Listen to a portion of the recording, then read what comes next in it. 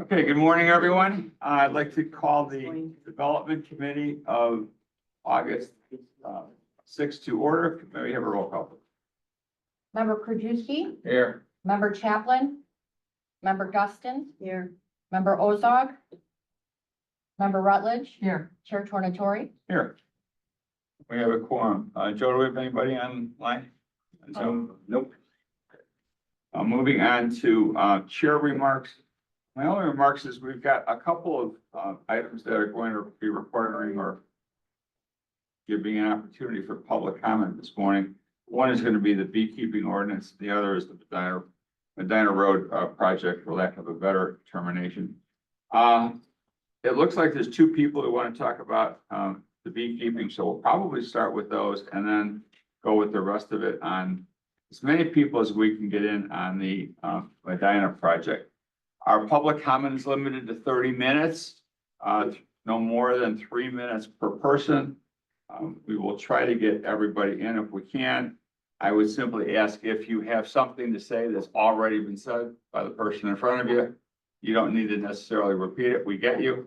And we can hopefully get everybody involved in. So we'll start with John Sabula, who is opposing the text amendment regarding the beekeeping. John? Good morning. Good morning. My name is John Sabula. I live in Glen Ellen. I appreciate the quality of life here in DuPage County, so much so that I've taught been here for 60 years, and I've taught at Glenbard 87 for 40 years. I taught for college at DuPage for 10 years. Since my retirement, I spent the past 20 years educating people about nature, both here in Northern Illinois and in Southwestern Illinois. During those 60 years, I've seen DuPage County develop from small towns and farms to an area with 1 million residents. Through the park districts and the forest preserves, these residents have preserved, reclaimed, and restored thousands of acres to natural beauty. These areas contribute greatly to the quality of life in the county. Part of the preservation process involved addressing and correcting well-intentioned but misconceived changes to the area. This morning, you are considering a well-intentioned but misconceived proposal to increase the number of managed honeybee hives permitted in the county. I would advise you to reject the proposal. It is true that within recent years, some beekeepers have seen greater than average loss of hives. However, honeybees are not in danger of extinction. Many of our native bees are, however, including species here in DuPage County. I prepared a fact sheet explaining the importance of native bees and the threats honeybees pose to our native bees, and by extension, our remaining natural areas. I've left this material here on the table. Like pigeons and rats, honeybees are introduced species. Like all bees, honeybees do pollinate crops and ornamental plants. However, honeybees are relatively ineffective and inefficient pollinators compared to native bees. They manage to pollinate about 5% of the flowers they visit, unlike our bumblebees, which pollinate about 95% of the flowering plants they visit. Honeybees are incapable of pollinating tomatoes and related plants, as well as many species of wildflowers growing in our preserves. Increasing the number of managed hives in DuPage County will decrease the resources available to our native bees and their chances of survival. As native bee diversity declines in dependence on honeybees as pollinators increase, the risk associated with significant die-off of honeybees threatens the pollination and survival of crop plants, ornamental plants, and native plants. Also, honeybees have introduced diseases to which they, but not our native bees, are immune. These are just a few of the reasons increasing the number of managed hives in DuPage County is a well-intentioned but ill-conceived, misconceived idea. Again, I urge all of you to reject the proposal. Thank you. Thank you, John. Connie Schmidt, Sierra Club. Hi, everybody. It's very nice to have an opportunity to speak with you. I'm here as a DuPage County resident and as the chair of the local Sierra Club, the River Prairie Group. We are concerned that healthy native habitats are dwindling, and as a result, many species are in remission as well. I understand you're considering changes to the permitting requirements for keeping honeybee hives. on unincorporated properties in DuPage County. We feel that the current policy you have now is great. It's good for our hobbyists. It's appropriate for maintaining a balance between species. While 4-H small projects for educational enrichment are valuable, allowing more beekeeping possibilities could be troublesome. The reason this is a problem is that honeybees are a threat to our native bee population. They are an introduced species. They are a managed livestock. They are not endangered, and they are tended to by their owners like chickens. The current zoning is appropriate. It recognizes bees as a farm animals. Unlike chickens, the 30,000 worker bees per hive leave their enclosure and they forage widely. They're capable of foraging 2 miles from the hive, which creates a 12 square mile forage zone. They're gathering food on public spaces. They're taking the food that the native bees would be enjoying. The Xerces Society has stated that one study calculated that over a period of 3 months, a single hive collects as much pollen as could support the development of 100,000 native solitary bees. So recent research shows that native bee populations are declining due to loss of food and disease. Honeybees are known to spread those diseases and parasites. An example would be the rusty patch bumblebee. It is listed as endangered and others are under consideration, even for here in Northern Illinois. Native bees are effective crop pollinators. They are the ones that pollinate our tomatoes, our eggplants, our peppers, our blueberries. Our largest agricultural crops here are corn and soybean. They are not pollinated by insects. They are pollinated by wind. Beehives are not allowed on forest preserve properties. The only example would be, exception, would be Klein Creek Farm, and that's because it's an educational opportunity. We are not against honeybees. I like honey as much as anybody else, but our native bees need your consideration. They need your protection. We suggest you keep the zoning as it currently is stated and keep one population from overpowering another. I thank you so much for taking the time to listen, and there's some stickers for you. And they're little, if you like. Thank you, Connie. That was a very sweet way to, That's good, Sam. That's good. okay, that appears to be all of the people for public comment regarding the bee issue. Now we'll go into the Medina Road project, and Bill, since you're representing the petitioner, I'll leave it up with you. I know this project, I represent the petitioners, Mr. Tornatore said, I know this project's been a hot button issue for the neighbors and the 2 municipalities. And you've received dozens, if not more, emails regarding this item. I've heard lots of false narratives, however, about this project, and I want to take a couple minutes to debunk those false narratives / myths. One is the project's too dense. It's actually less dense from a land use perspective than the development directly to the north, which was approved by the Village of Addison. It has more open space. It has less impervious surface. It has a lower floor area ratio, less building coverage. It has slightly more units per acre, 12% more per acre, but that's only because the workforce housing component and the smaller units associated with those units, associated with this project. It is not a more dense development. Traffic. Only actual evidence in the record is that Medina Road can handle 70 units. We've now reduced that to 60 units, which is a 14% decrease. There's no evidence to the contrary in the record for the ZBA. Parking. We actually have 20% more parking than is required under your ordinance. 20% more. Stormwater. You know, we hear stormwater all the time. You know as well as I know that your ordinance is required that we make this facility, we make the stormwater better in this area than it is before. We're not going to make it worse. We can't make it worse by law. Takes us to appearance. That's what I've heard a lot about lately. Well, that's not a zoning issue. It appears to be a major issue for the residents. If that is the actual issue, then let's use some of the $5 million that has been appropriated to install more brick veneer on the property. I think I said fascia in my letter. I apologize. Whatever is necessary, we need to find a way to make workforce housing work in this county. If you want workforce housing, we have to do something to make it work, either increase number of units or assist the developers financially. The county's been working on this for about 18 months. We do not have one workforce housing development that has been approved by the county, to my knowledge, 18 months later. In fact, the only other workforce housing development I'm aware of to go through the ZBA in this county actually pulled from the county and is not being developed in the county. We cannot let the municipalities and the neighbors control what you do here, or we'll never have workforce housing in this county. This is a good workable project that, despite statements to the contrary, will actually guarantee 20% of the units be workforce housing, 20%. None of those units will anybody living in the area or driving by, no one will be able to tell they're actually different than the ones next door, than the non-workforce units. Increase the percentage of workforce housing units, though, to a bigger number will only create a stigma.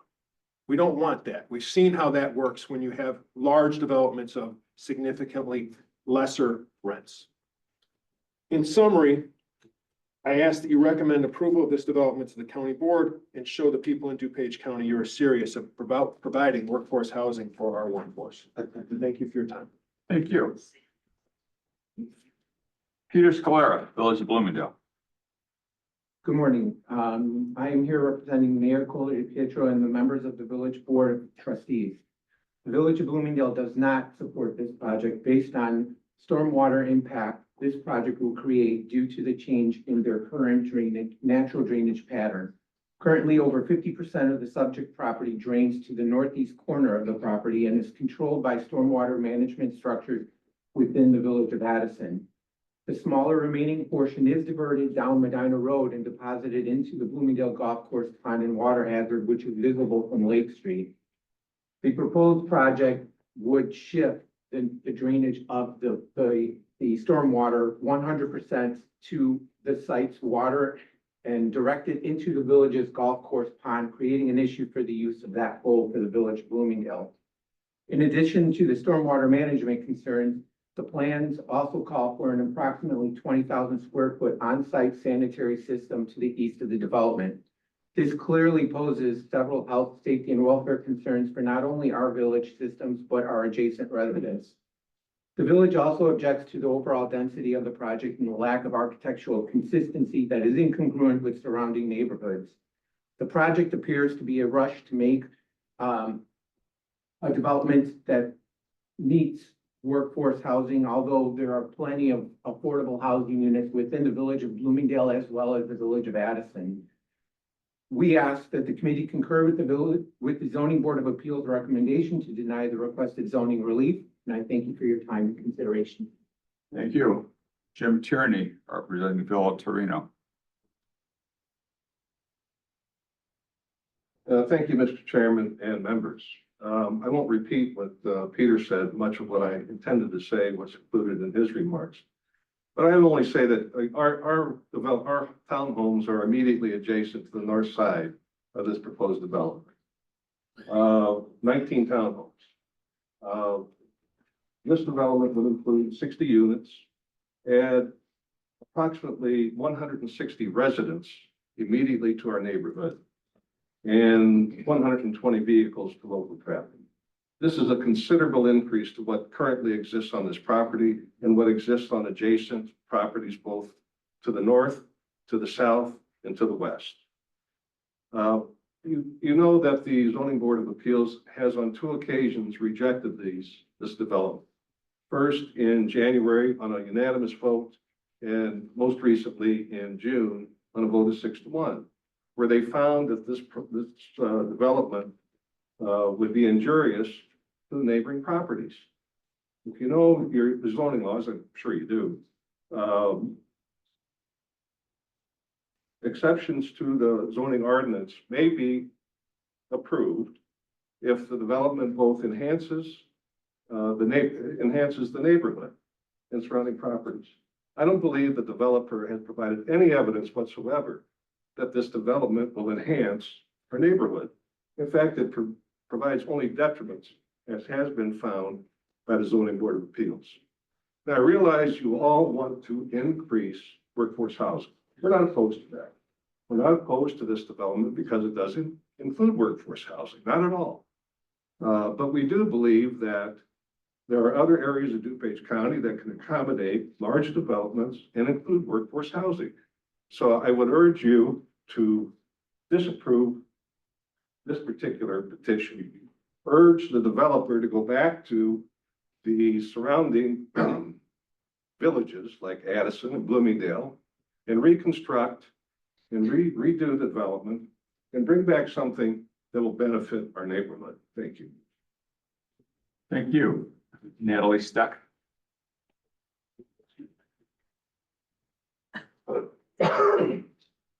Morning, my name is Natalie Sun. I'm a resident on Medina Road. And I oppose the development. I won't repeat what's already been said, but I just want to highlight a few points. And one of them is in response directly to what Council for Mr. Gray had indicated. We've heard a lot about the density of the proposed development. And if you look at the municipal code for the county, it defines the density based on the total number of dwelling units. And so the way that the proposal has been circulated, it shows 44 pads, but there's actually 60 dwelling units. So if you compare that to Casabella and to Village Torino, it's triple the density and double the density. So when the argument's being made that it's less dense, it's just not true. Because if you look at the total number of dwelling units, at the most, you're tripling the density, or at the least, you're doubling the density. So I just wanted to point that out in response. The other issue is with respect to developing the land, those acreage and those lots could have long been developed. The purpose of allowing a conditional use is not to remedy a self-imposed hardship. So the choice here, there's single-family homes that are on those lots. Those homes could have been torn down, redeveloped as single-family homes, probably without opposition from anybody. So asking the county to make all these exceptions to remedy a self-imposed hardship is specifically what the statute says and the municipal code says is not the purpose of it. I would just like the board to continue to consider those 2 points, along with the other points that have been made and oppose the project. Thank you. Thank you. Lori Harmon. I have no comment. Oh, okay. Joe Tamburello. Yes, I do have no comment. I think, Peter, Emily, Jamie, did a very good job surmising the, issues. And, other than, I'm to oppose the project. Thank you. Okay, thank you. That appears to conclude everybody who has signed up for public comment. I'm amazed we did this in 30 minutes, but okay, that's great. Okay, that concludes the public comment portion of the meeting. We will now move on to approval of the minutes. I'll entertain a motion to approve the minutes of June 18, 2024. There's a motion and a second. Are there any additions, corrections, or deletions? Hearing none, seeing none, all those in favor? Aye. Any opposed? The minutes are approved. Moving on to regulatory services, I'll entertain a motion to approve DCO 45-24, zoning 2424. Rick Korski, this is a zoning hearing officer's recommendation to deny variation to allow a 6-foot, 100% closed privacy fence within the 30-foot front yard setback. All our motions are taken in the affirmative, regardless of prior determinations. There's a motion and a second to approve. Paul, can you briefly tell us why the ZHO denied this? Denied it based on the fact the petitioner is asking for a 6-foot tall fence, solid fence in his front yard at the intersection of 2 streets. And that was just a bridge too far for the zoning hearing officer. It's never granted. We've never granted any zoning like that before. So it was just too much of an impact on the front yard. Okay, thank you. Okay, we have a motion and a second to approve it. So if you want to sustain the zoning hearing officer's denial, your vote will be a no. If you want to overturn it, it will be a yes. Roll call, please. Member Guston.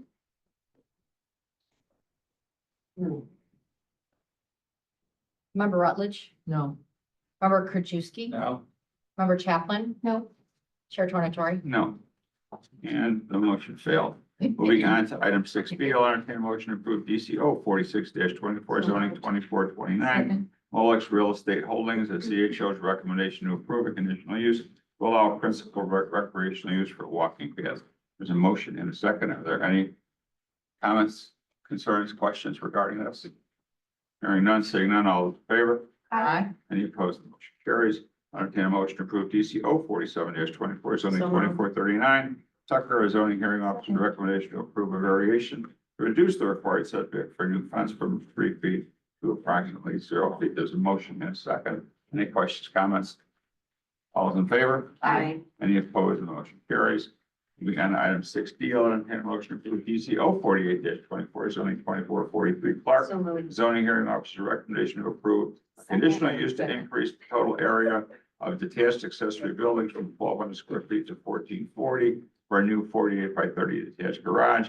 Second, a variation to increase the total height 15 feet to approximately 25 feet for a new detached garage. And third, a variation to reduce the interior side setback from the required 10 feet to approximately 5 feet for the same new detached garage. There's a motion and a second.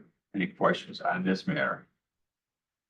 All those in favor? Aye. Any opposed? The motion carries. I'll entertain a motion to approve DC 049-24 zoning 2452 Ruth Lake Woods Condominium Association. So moved. Zoning hearing officer's recommendation to approve a variation to allow the finished side of the proposed privacy fence to face inward instead of outward. Is there a second? Yeah. Motion is second. Any questions, comments? Yes. Just a quick one. Is this an existing fence that we're just trying to fix at this point with this vote? This is an existing fence that they would like to replace. Okay. And they just want to make a good side face in. It is adjacent to Ruth Lake Country Club, their maintenance facility and their pickleball courts. And Ruth Lake has no objection to it. Thanks, Paul. Thanks. Any questions, comments? You're welcome. All in favor? Aye. Any opposed? The motion carries. Moving on to item 6F, DC 050-24, I'll entertain a motion to approve T-1-24. Text amendment to the DuPage County zoning ordinance. So moved. Board of Appeals, Second. however, made no recommendation regarding a zoning petition T-1-24B, a proposed text amendment to DuPage County zoning ordinance relative to beekeeping. There is a motion and a second, and we have comments. Thank you, Chair. I have a question. So I was reading the text amendment and under permitted uses. Are 4-H projects for beekeeping allowed for commercial purposes? So can they, it's allowed? In residential zoning districts, no. Okay, so under the text amendment, then they still wouldn't be allowed for. They still will not be allowed. Currently, beekeeping is allowed through a 4-H project on properties that are more than 40,000 square feet. This would change it to allow it for any residential property irrespective of the size of the property. Okay, but they still can't use it for. It's still used for commercial, still has to be hobby. Okay, And there's another, maybe you can share with the committee, another obvious change to this text amendment regarding the number of beehives. Not, Correct. So right now, if you're a 4-H project on a property that's 40,000 square feet or greater, there is no limitation on the number of the bees and there's we have no regulations other than you get a certificate from their 4-H local program here out in Lyle. Under this proposal, for any type of beekeeping, whether it's on properties over 40,000 square feet or under 40,000 square feet, you will now have to get a certification from the Department of Agriculture, meaning you'll have to have your hives and your bees, your queen bees inspected and verified by the State Department of Agriculture. You'll have to do that on an annual basis. You'll also have to get a 4-H certificate as well. You'll also have to get a building permit for it as well, similar to what we do with chickens. And you'll have to have your beekeeping hives at least 25 feet from all property lines and have to be behind the front wall of the house. You're limited to 2 hives, where right now there's no limitation on hives, but you'll be limited to 2 hives. There are also some other requirements that are put in terms of your flyaway zone. You'll have to put up either landscaping or fencing that's at least 6 foot tall for a flyaway zone immediately adjacent to the hives. Those things are not in place right now. Those will be in place as part of the building permit requirement. and we've heard objections, or the primary objection to the conflict, if you will, between the honeybees and the native bees. Is there any way that the county, if in fact it's the county or another governmental entity, can control what might be a problem for native bees, if in fact there is one? Sure. So one of the things that we are requiring, as I said, is that they'll have to get certified by the Department of Agriculture on an annual basis. The county does not want to get into the sort of beekeeping code enforcement process. But so we will be involved in terms of the permitting side of things. But if there is a situation where honeybees are creating a problem systemically throughout the state or throughout the country, then they simply will not be able to ante up on their annual license with the State Department of Agriculture. State Department of Agriculture follows a statute that is very specific in terms of how you register and what you need to do to be able to get certified with the state. If there is a problem, there is a provision in the state statute that allows them to quarantine and actually put a moratorium on issuing their certificates to honeybee people who are certified by the state. The state has a requirement that they have to have an annual report that's given to the governor that talks about the number of apiaries and the number of registrants they have out there. In addition, they do inspections all over the state. There are, I think, 10 inspectors throughout the state. Our inspector comes from Chicago. So there are inspections that are being done of these, of any apiaries that we would have in DuPage County.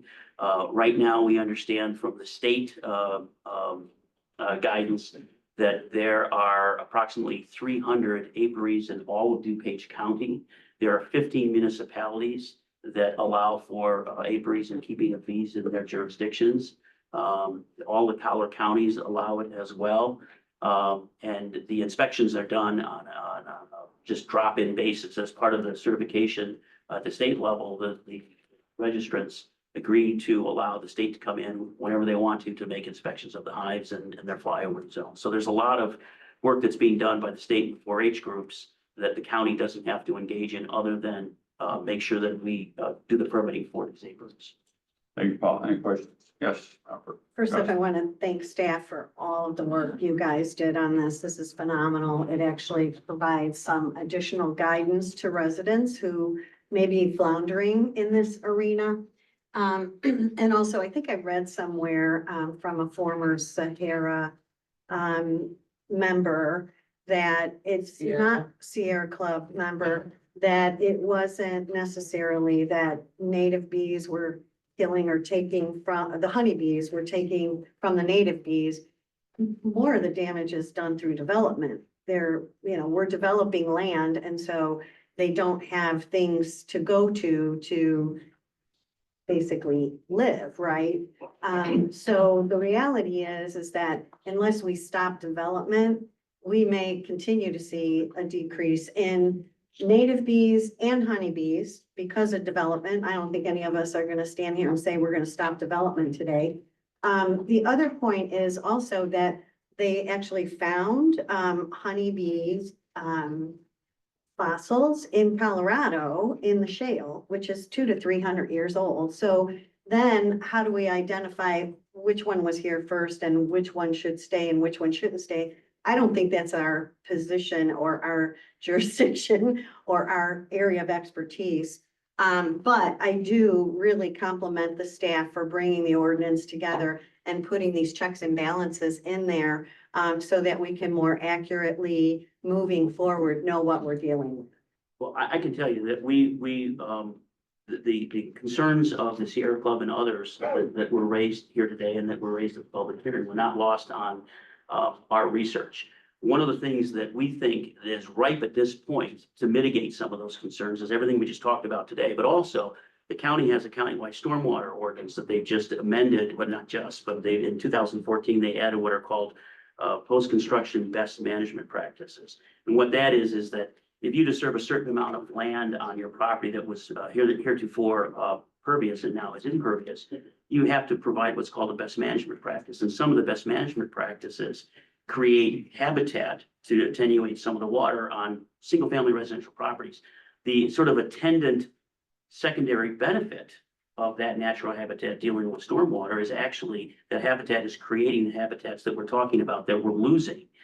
So this is a good opportunity right now because the stormwater ordinance, along with what we see here at the county and other municipalities where they're putting in pollinator gardens on their public properties, does put some of that habitat back. It's not necessarily intended for the pollinators to come to, but it does have that secondary attendant impact or benefit of creating habitat on our own single family property. So we think that this is a good opportunity to do it. And the big hedge on all of this is that the State Department of Agriculture will be the ones that will ultimately say, there's a problem and we need to stop issuing these apiary licenses on an annual basis. We think that that'll control some of these concerns as well. Yes, Member Rutledge. Thank you, Chair. Paul, much like we did with hens, Many people in our unincorporated areas had hens on their property before we voted to allow that. Do you have any idea, A, how many beehives are out there that have not been vetted through the county? And B, how many people have been tagged and brought into court for that issue? So a couple of things. The state, through their annual report, indicates that in DuPage County, there are approximately 300 apiaries, beehives. 4-H indicates to me that in all of DuPage County, there are 12 what they classify as activity certificates that they've given to kids and to adults to have 4-H programs in all of DuPage County. We are aware that in the unincorporated area, there are 5 properties that enjoy what's called an agricultural exemption that have beekeeping activities on their properties coupled with goats and chickens and growing crops and things like that. We're also aware, and this is, I think, really to your point, we know that people are doing things out in the county that are violative of the county zoning ordinance. When it manifests itself, we know. So there are people that are keeping bees out there that we don't know about, but no one's called up and said, hey, there's a beekeeping facility here, you need to do something. Where people have called up, that's happened in 5 instances. In 5 of those instances, we've had 2 of those people get their 4-H certificates. They were technically in violation of the code because they didn't have their 4-H certificates. They were over 40,000 square feet in size and in terms of their property, so they got their 4-H certificates. 3 other people are, one just stopped and 2 other are currently in violation of the code, and they're waiting for this process to take its course because they are less than 20,000 square feet in size for their or 40,000 square feet in size for their property. So the point in all of that is that there aren't a lot of beekeeping activities going on that we know about that are legal in all of DuPage County, let alone unincorporated area. And we don't think that by changing the code to allow them on properties less than 40,000 square feet, is we're gonna have a run on beekeepers for the reasons I just indicated. Thank you, Paul. And let's go to anybody else who hasn't commented on it yet. And so we're gonna go back to you. Thank you, Chair. I just have one last thing. You know, in all of the research that we have and all the information, and it is extensive that you've provided, it has all been in an agricultural context. And there's no interaction, no research with regards to the native bee species. So I just want us all to do our due diligence. And so we can talk about agricultural beekeeping all we want, and it's regulated by the state, but there's nothing in there to indicate that there's any studies as to whether or not the beekeeping operations are going to impact the native bees. And my understanding is that if you keep a beekeeping operation on your property, no native bees will establish themselves on that property. And so in that sense, that's where, you know, you can talk about development all you want, but it's not going to be helping the native bee population. And in fact, it'll take away any habitat that they may have established on that property. And when you talk about the stormwater ordinance, that is not triggered by these beekeeping operations. So when you're talking about buffers and PCBMPs, they really have, that has nothing to do with this beekeeping ordinance. So I just want us to do our due diligence. I think the impact is going to be so minimal. We'll probably never even notice it unless there's something new, like a TikTok movement for everybody to all of a sudden become beekeepers. And, you know, you never know if that's gonna happen. Don't say that out loud. Don't start anything, Lucy. That's my only concern. I think, you know, the impact is gonna be minimal. We do have to really consider the full impact of these. Yes. Uh, Gus. Thank you. I have a procedural question, and I have 91 acres of conservation easement in my subdivision due to a PUD, so it can be done. And I'm sure there's flowers in there for everybody. Quick question on the motion, though. ZBA voted no recommendation. Should our motion be one way or another? Is it? I would, well, I was gonna get to that when you guys were all done with your questions, but Paul, I'm assuming that the no recommendation was because the ZBA thought this was a policy decision for the board to make. Correct. Okay, so our motion would be to approve the text amendment, because all of our motions are in the affirmative, regardless of the ZBA. Any other questions or comments regarding this item? Okay, hearing none, I'll entertain a motion to approve the text amendment as T-1-24B So moved. regarding beekeeping in DuPage County. There's a motion and there's a second. Any other questions? Roll call, please. Member Guston, Yes. member Rutledge, Pass. member Krajewski, Aye. member Chaplin, No. Chair Tornatori. Yes.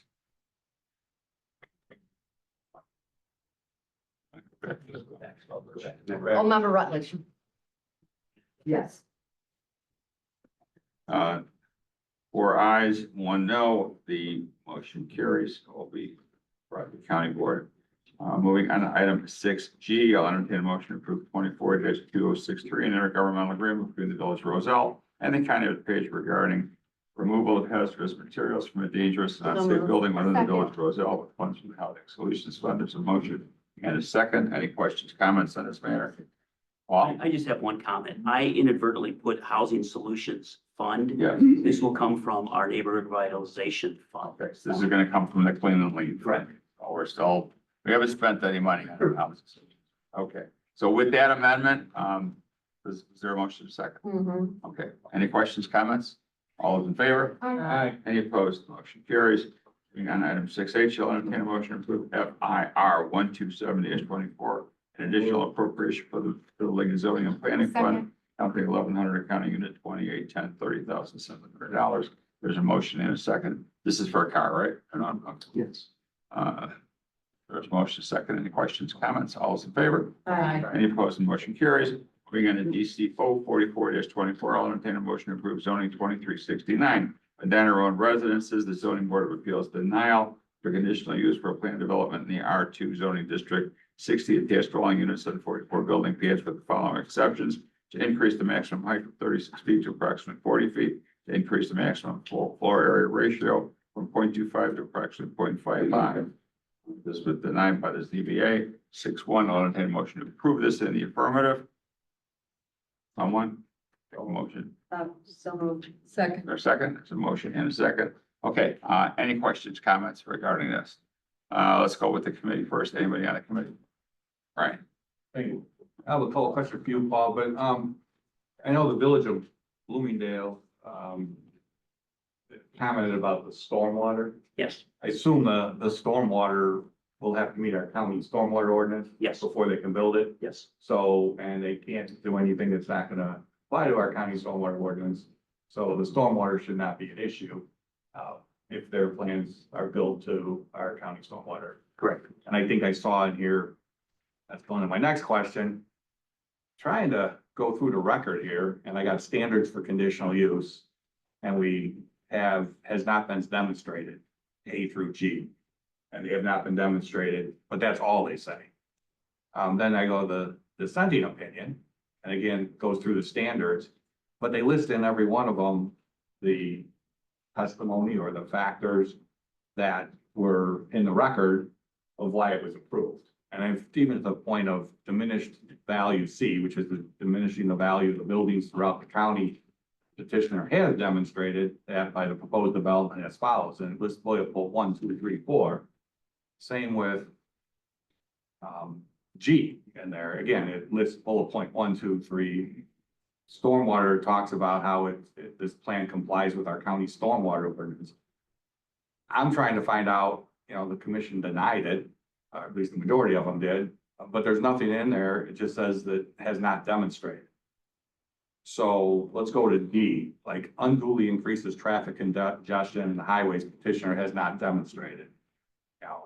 Then I go down to D under the dissent, and it says traffic report has been proposed for the development, doesn't unduly increase the traffic. So it seems to me that the traffic report states clearly that it doesn't increase the traffic, and that's a problem. And I see you nodding your head. So what was in the record that the people said it didn't demonstrate it? So when the zoning board of appeals or anybody wants to consider a conditional use, which this is, they have the zoning ordinance requirements that the developer must prove up the things you just talked about. So the zoning board in this case on the denial just simply stated the generic. They didn't feel that the testimony and evidence supported the various things you talked about relative to diminution of value, relative to traffic. They didn't point out specifically where in the testimony they felt that was the case. They just used the generic term. So they basically just generically said no without looking at the record and see, well. They looked at the record, but they said the record, in their opinion, didn't support those things. They didn't get into the specifics. So they look, because it says here, they say that unduly increases traffic has not been demonstrated. So they but we have a traffic report in the record that clearly shows. We have a traffic report in the record. We also And our have DOT. our DOT report as well. Right, so that's, I mean, that seems very obvious Understood. that that's in there. I mean, I could see them saying that it didn't meet 2 or 3 of them, but they didn't meet all 7 of them. Understood. And, you know, I'm looking at, let's just say B, increase the hazard from the fire or other dangers to said property, if this has not demonstrated. Son, and I'm reading it, and it talks about the Bloomingdale Fire Protection District required the movements, et cetera, which they did, they complied with. The building permit was given to build, I mean, and that was in the record. That was in the record, correct. But yet, the majority that dissented against it said it, even though they complied with what the Bloomingdale Fire Department wanted, what the evidence that was presented, they say it didn't demonstrate. Well, I think the distinguishing factor is that in their opinion, based on the testimony evidence, they didn't feel that they demonstrated it in their opinion. Now, once again, there is evidence and testimony in the record that supports that the fire district and DOT have indicated that according to their rules and regulations, the developer has satisfied the concerns of those 2 agencies. The zoning board of appeals took the further opinion generically that in their opinion, they didn't meet those requirements. They didn't say why, irrespective of the fact that DOT and Bloomingdale Fire said that they now. And under most circumstances, they don't go through them line by line by line by Right, line. well- So why you can continue for as long as you want to, Member Pachuski. I don't know that we want to relitigate the zoning board of appeals decision No, because that's a I'm- factual situation. But your point, your point's well taken, but just because they didn't do that doesn't mean that No, they I didn't have understand. a That's why legitimate reason. And my inclination is, well, we're both lawyers. We understand what the inclination is here. Okay, so. Yeah, no, I'm just, and I think I read the transcripts from the first ZBA. I did not read the transcripts in depth. I read for the second ZBA, which I'm gonna need to do now because at least in the summary, there was anecdotal evidence that's set in the record, and I haven't read it, but I'm relying on it here, and it's put in here, but not on the other one. And again, the stormwater one, I don't know, it's our county stormwater, so I don't know what more, if our county stormwater staff says yes, I don't know what more they can be looking at to say no on stormwater. The only thing I would say, once again, it's generic. It is a conditional use. Right. So it's a use that is inherently allowed under the ordinance, but the operations of which the zoning board of appeals development planning board can find that, in their opinion, the operations could be problematic. And I would suggest that's what the zoning board of appeals members. Okay, and essentially said to I'll do. circle back if you got any more, but anybody else? I'm have- done with the question. Oh, okay, if you want, but I just want to see if there's anybody else. No, that was the last one. I just was, Okay. and I'm gonna request this, the transcript from the last hearing. I had the one from the, Will do. thank you. Any other questions? Okay, members of the committee first, go ahead, Lucy. My question is, I've read a lot of comments about the septic system. Are there any, I don't know enough about septic systems to really, not even sure how to ask this question, but if anything goes wrong with septic system, what is the recourse?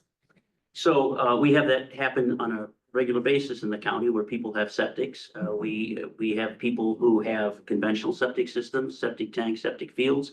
We have people with anaerobic systems, with mound systems. We have what are called Schaefer systems, which are packaged plants that are much larger than the conventional system. If any of those systems go wrong, the health department and our department get involved, we issue a violation notice and they have to fix them.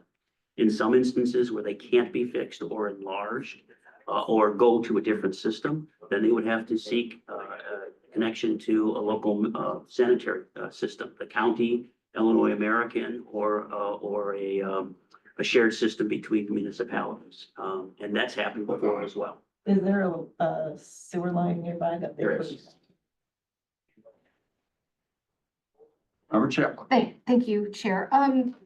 So I'm struggling with this one. But I do have some concerns. You know, the municipalities are opposed to this.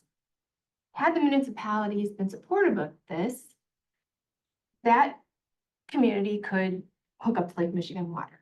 And I know they have a nice system that our health department has approved.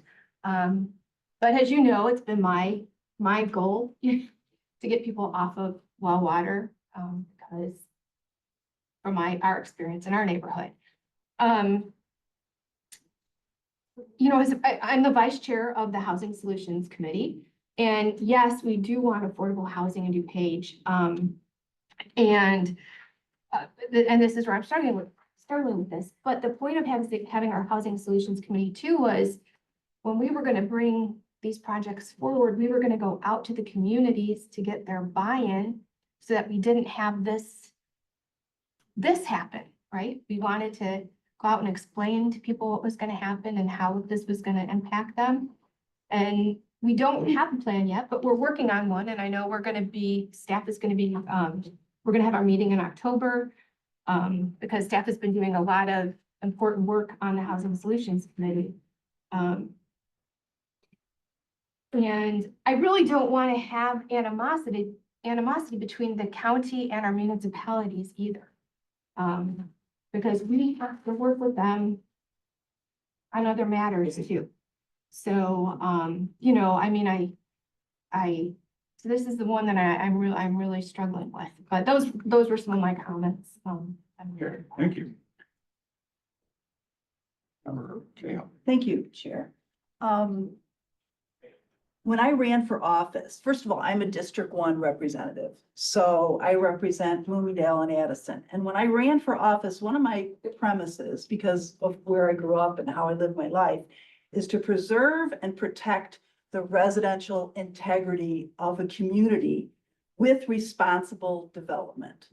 And ever since I got into office, I have been emailed, phone called, reached out by so many people in Addison and Bloomingdale who oppose this development. It just, to me, when I have the mayor of Bloomingdale, the village president of Bloomingdale, the village president of Addison, the Bloomingdale Fire Department, the ZBA denies it. All these different factors deny this. Why? Why are we denying it? Because the issues of density, stormwater, septic, and traffic. Now, maybe line by line, to Member Krajewski's point, they didn't identify it, but obviously the ZBA felt very strongly, twice denying this, even though we moved from 70 down to 60. The neighbors, the community, the people, this is who we represent. They don't want this development. It's too dense. It's a problem in the community. Nobody wants it. So I have to be very responsible, and I say to myself, we cannot approve this development. So I am strongly against it, and I believe that it is clearly wrong for the community. Thank you. Any other questions, comments? Okay, first, I'd like to point out to counsel for the petitioner, you don't need to hang your head. You can look us right in the eye because you've done a great job as their lawyer. Sorry, I was trying. No, I'm giving you a little hard time. I'm giving you a hard time, but there's no reason. You've done a marvelous job presenting your case, and you've been before us a number of times, and I'm a hard no on this, and I'm a hard no for I can give you half an hour's worth of reasons, but I won't. I may save that for the county board, but there are two primary reasons. One is the zoning board of appeals has denied this on 2 occasions overwhelmingly. And hey, look, if we're gonna just, thumb our nose at the zoning board of appeals, then we'll just disband that entity if we're not gonna follow what they're doing. And the other, more importantly, are the residents. As Member Cahill has said, I've been flooded with emails and phone calls. I don't know if the rest of you, maybe me more, city more, because we're District 1, for everyone being opposed to this. Not one person other than the developer has been in favor of this.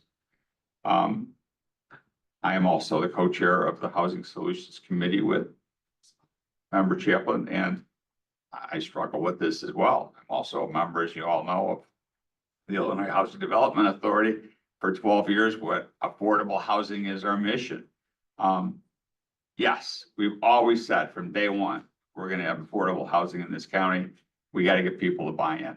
Municipalities and those who don't live in the municipalities in the unincorporated areas.